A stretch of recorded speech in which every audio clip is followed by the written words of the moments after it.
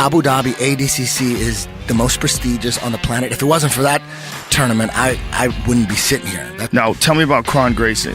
In his first match, Kron demolished Andy Wang. I love you, Andy Wang, but he went right through him like in 30 seconds. And Rickson didn't even move. He's sitting there, and he went right through Andy Wang, and Rickson didn't even move. And I was like looking at Rickson. I'm like, man, that's way doper than getting all excited. Him not doing anything, like he expects it. It's no big deal. You went right through him. The best possible outcome. Rickson didn't even make a move like Yoda. And I admired that. I'm like, wow, that's deep right there. He's not even happy, not even a smile. I'm very optimistic. Kid is doing great, training hard, motivated.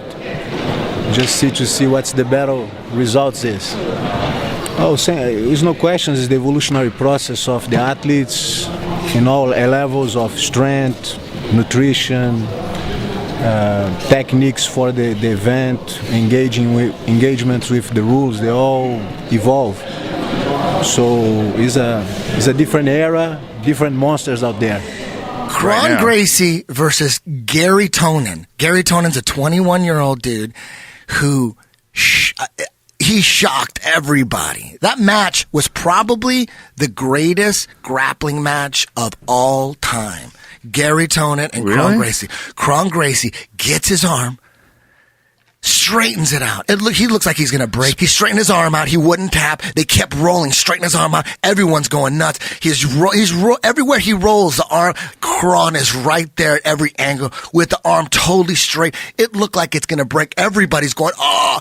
He didn't just hold it and escape. Dude, they were rolling all over the place, and that arm should have broke off. Dude, he survived. He didn't tap. Gets on top. Takes Kron's back. Puts him in the truck, almost has Kron in a twister, has Kron face down. It looks over. Rickson's sitting there going, oh, damn. Dude, there's a minute left. And at this point, a minute and a half, and Kron is doing everything to try to escape. We're watching Kron be defeated right now. We're watching him be defeated after you almost had that dude's arm like 5 different times. Kron's struggling. He can't get out. Kron cannot get out, but by the skin of his teeth. I have to see it again. I don't know exactly how I got it, but he got out.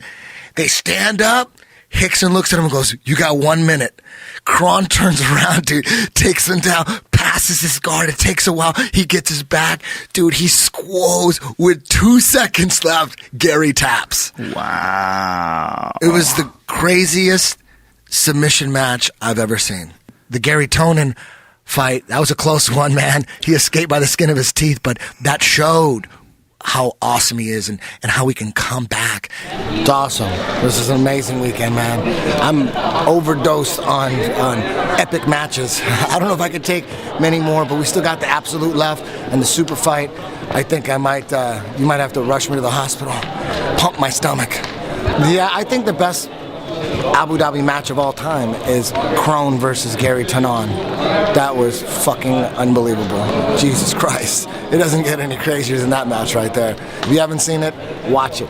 Gary Tonin against Kron Gracie. Holy shit. It's really fascinating watching Kron. For people who don't know, his dad is the greatest jiu-jitsu guy of all time. There's one guy that's always thought of above all others in the world of jiu-jitsu. It's Rickson Gracie. The things I want to ask you about Kron, he doesn't do any new shit. Like, everything he does is old school jiu-jitsu, old school Rickson Gracie style, that real basic set of techniques, and it just gets him laser sharp. That's all he does. Yeah, he has an incredible rear naked choke and even more insane guillotine. In the final, he went against Otavio Souza.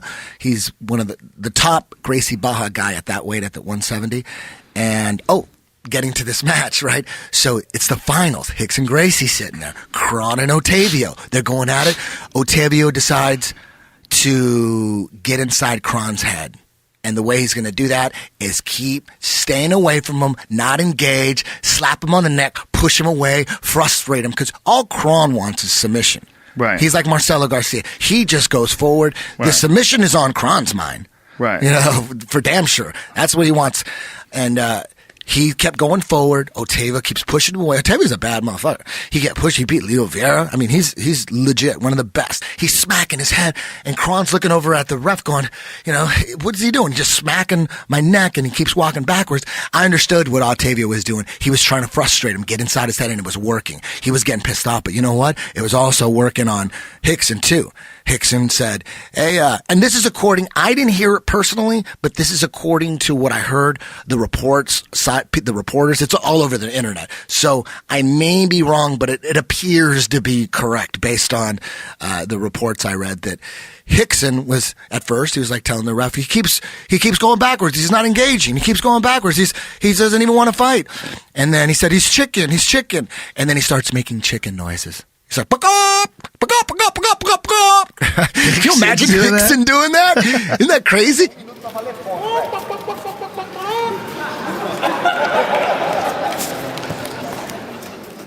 You know what that tells you, man?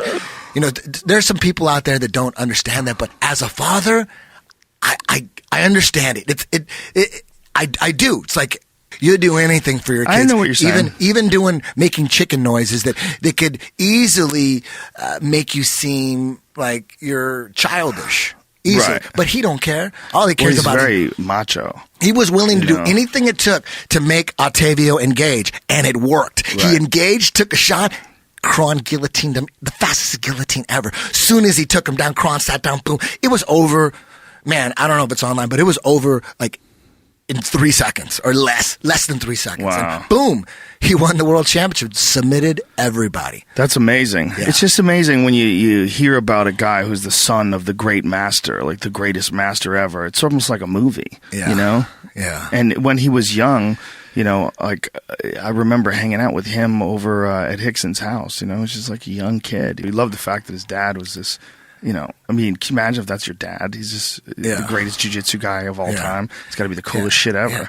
He's a monster. Yeah. He's a scary dude. Yeah. Well, he's a master. He's a true master of jiu-jitsu. Yeah. And he's like that samurai mindset. A lot of people talk that samurai mindset. Yeah. That fucking dude lives it. Like that is his mindset. In the Brazilian jiu-jitsu community, Rickson is a god. He's the best Gracie, hands down. Yeah. He's legit. He's legit masterful in everything he does. And Kron, he is now in a select group that, man, I don't know if there's more than 3 or 4, but he submitted everybody in his weight division. He tapped everybody out.